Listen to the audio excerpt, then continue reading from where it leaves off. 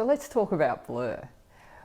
When I started shooting years ago, I had a lot of problems getting my images sharp, and I always used to think that it was because I wasn't focusing right, there was something wrong with my eyes, and like I'd often have the images that they'd be just out of focus, so I was often blaming maybe it's because my lens aren't sharp enough, or it's the camera, or it's just the way I shoot. But then I realised there's actually 5 factors that influence whether your image is sharp or blurry or looks out of focus.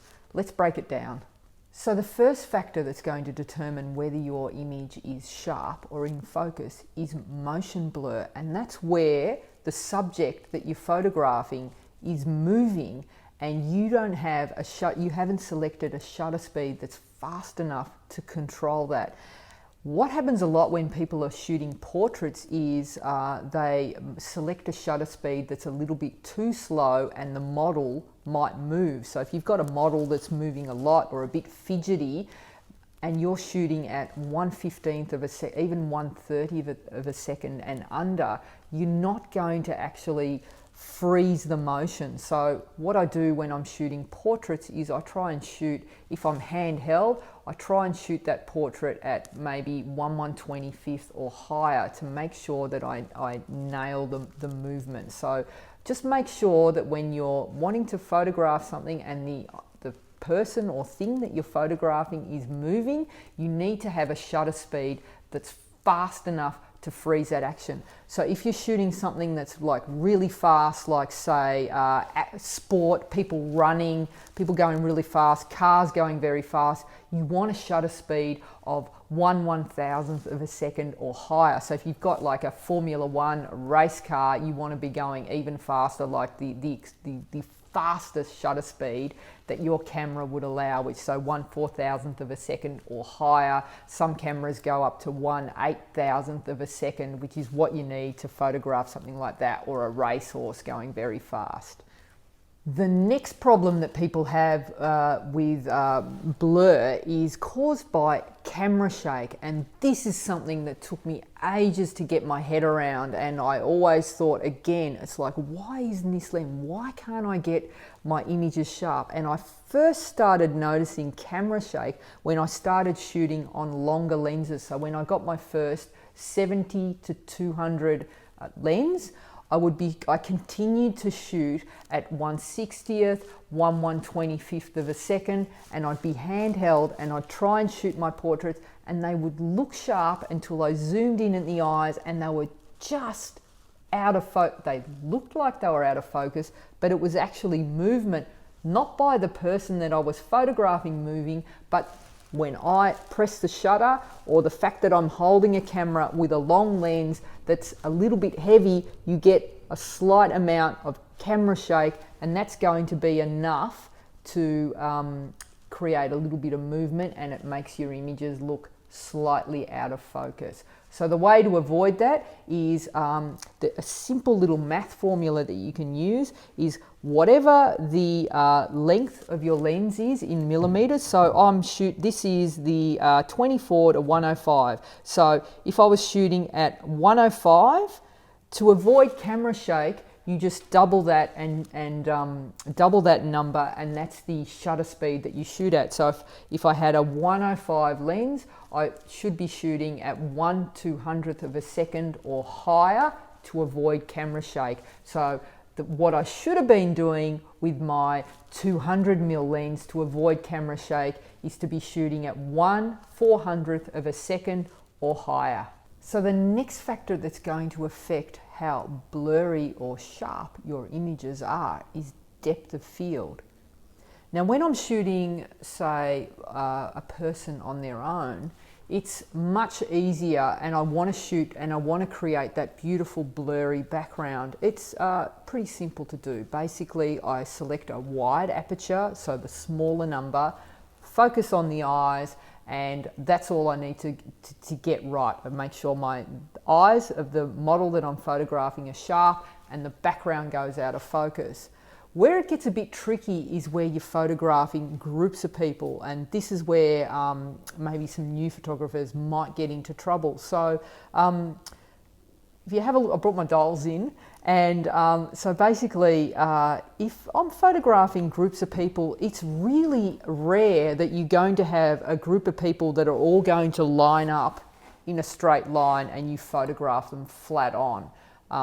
Generally, when you're doing a group photo, I might have some people sort of slightly in front of the others. So there's going to be quite a bit of depth in the shot. Now, if I wanted to do this little family portrait here, where I've got the little boy at the front of the shot, and then mum is sort of slightly behind, dad is lagging a fair way behind, and little Sally is all the way down the back of the shot. And I focus on the little boy in the front, and I'm shooting with a small, like a wide open aperture. Say I'm shooting on my long lens and I shoot it at f2.8. What's going to happen is the little boy at the front will be pin sharp. I focused on his eyes, but then the image starts to fall out of focus because of the depth of field. So we're starting to get that blurring in the background. Mum's not going to be sharp, dad's going to be even more out of focus, and the little Sally at the back is going to be completely out of focus. This is something you need to be aware of when you're planning your shots. If you're doing group shots, it's almost impossible to get everyone in the shot sharp if you're going to be shooting at 2.8. The only way to guarantee that everyone in a group is sharp at 2.8 is to have them all in a straight line where they're all next to each other. And so that's your plane of focus. Everyone's going to be sharp. That works. But where you've got the group staggered, like in this family, play it safe. And I generally, when I'm shooting family shots, I like to shoot at around f5.6, f8, f11, and that guarantees that everyone in the shot is sharp. The next factor that's going to affect how sharp or in focus your images are is the actual way you focus your images. When I was starting out, I really struggled with focus. So the lenses, there wasn't any such thing as autofocus. So you had to actually manually focus, and often when I was shooting a model who was far away, I thought I was getting their eyes sharp, but I was actually focusing on something like their nose or their hair, and they were just always just out. So I was really excited when autofocus lenses came in, but it took a while for the actual autofocus technology to get really good. It is really good now, and I can get a much sharper shot now with an autofocus lens than I can using manual focus. And even if I had perfect 20/20 vision, I would still choose to use autofocus over manual focus. I think it's better. There are a few things to consider when you're using autofocus, just to make sure that you're getting it right. So one of the things that when you first look into your lens is finding where the actual focus boxes are. So when you look through your camera, and all cameras are designed slightly differently, the point of focus will be in a slightly different spot. So as a general rule, the default setting for all cameras is to focus dead center of an image. The great news is you can actually change that, and this is one of the discoveries that changed my life. And I can remember where I was and what I was doing when I worked out that you could actually change the point of where the camera focuses, and I could move that around. So if I'm shooting a model and the model is on the side of the frame, what the old way of doing it was, I would have my center focus point, and I would move the point to over the model's eye, get a focus, and then recompose my shot. That was the old way of doing things. When I discovered that you could actually move the point of focus life changed. Everything was much easier. So if I had my model on the side of frame, rather than move my camera, I just move my focus point to exactly where I want to focus. The great thing about that is it allows me to concentrate on getting my shot composed beautifully, getting everything lined up. I make sure my verticals are lined up, my horizontals are lined up, everything looks great, and then just nail the focus. And then I can spend the rest of the time focusing on the expression, which is one of the most important parts of the shot. So every camera has slightly different procedures and settings to change the focus points. It's just a matter of going into the menu and changing a couple of settings, and once you've got it, it's fantastic. We're going to include a couple of the most popular brands in the course notes so that you can look it up and work out how to change your camera. But once you get this, it's going to change your life. It's so good. Another great little component of the camera that's really going to help with focus, especially for people who might struggle with far-sightedness, is the little dial, and often they're hidden under the eyepiece for some cameras. On my 5D Mark III, it's actually on the side of the camera. There's a little dial there, and you can dial it to actually suit exactly your eye and how your eye sees. So if you struggle with focusing at distances, this will actually, you can actually strengthen the diopter, which is the part that you look through, to be equal to your like glasses. So if you like wear a +1, you can increase it to +1, +2. And if you really struggle with vision, you can actually get specially made ones that'll be exactly what your eyesight, what your prescription is, and you can change the diopter to do that. So use that and have a play with it. Some people actually knock them by accident, and then they wonder why they can't really see through their screen, but it makes a huge difference to how you view your shots. And if you wear glasses, it saves you having to put your long distance glasses on to then take them off to see your shot. So great little hack, knowing where that is, the diopter there. The next factor that's going to affect how sharp or in focus your images are is light. If we look at how a camera focuses, the autofocus mechanism in a camera works by locating contrast in an image. So if you're outside and it's a bright sunny day and you try and focus on someone's eye, there's lots of light around, it's bright, it's sort of high contrast lighting, you'll find that you're able to lock on really easily. The camera will find the point that you want to focus and it actually locks on.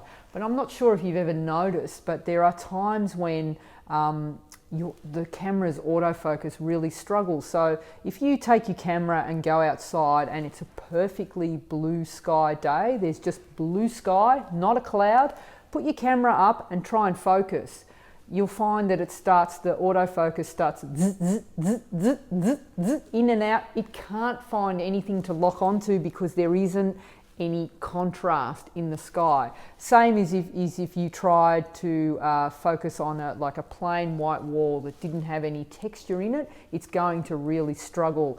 And so situations where it's low or flat lighting, the camera really struggles. And I've had shoots, and I didn't realize this about the autofocus, where I wanted to shoot models with, say, a medium skin tone against a grey wall, and I had really soft window light, and I'd be trying to get a focus on the eye, and the camera every time would be zzz, zzz, zzz, trying to find that point of focus, and it's because there isn't an area of contrast. The other times when the camera really struggles to get focus is if you are trying to photograph someone that's heavily backlit. So you might have the sun behind them, or there might be bright lights, like say you're trying to photograph someone on stage and they've got all the bright stage lights behind them. The camera is looking for contrast, and so it gets confused when all the bright lights are behind it and it actually can't find that beauty, because there's all that flare going on, it can't find that sharp, hard area of contrast to lock onto. So knowing this about how the camera's autofocus actually works, there's a couple of really great hacks to help you get around that. So in low light situations, what I like to do is just try and add a little bit of contrast to my shot. So a really good hack that I like to use is, if say I've got someone in really flat lighting, and so this might be the case if you're shooting a portrait at dusk, where if you set the camera to the right settings, you can actually still get a beautiful portrait at dusk, but the actual light on your model is too flat for the camera to actually get a good lock on. So what I like to do is I pull out my mobile phone and hand it to the model and get them to hold it in front of their face, and then I use the bright screen to actually grab a focus. And this works really well. Just like you get a straight lock on, because you've got like the screen is bright, it's contrasty, you get them to hold it in front of their face and focus on the point where the eye is, and then you get them to move it away and you can go ahead and do your shoot. Now, if you find that the camera is still trying to find that point of focus because your model might move, the trick is, once you've got your focus, to go to manual focus, keep shooting, but make sure your model doesn't move forward or back, and you'll get a really sharp looking shot. The other trick to use in this situation is to actually hold up, shine a torch, like a small torch, on the area that you want to get focus on. So if you're in this brightly, the sort of flatly lit area, and your camera can't get a focus, if you just like shine a little torch into the eye area, it'll increase the contrast. It shouldn't affect your exposure at all, and then your camera can actually lock onto the focus really easily. This works as well when you're trying to do heavily backlit situations. And the other trick is, if you've got a model and you want to have the beautiful backlit, the sun in the background, just get someone to hold a board behind them, so you cut out the light for the moment while you get the focus, and then move the board away, and that's going to cut out all the flare, allow your camera to focus, and then you can get the great shot.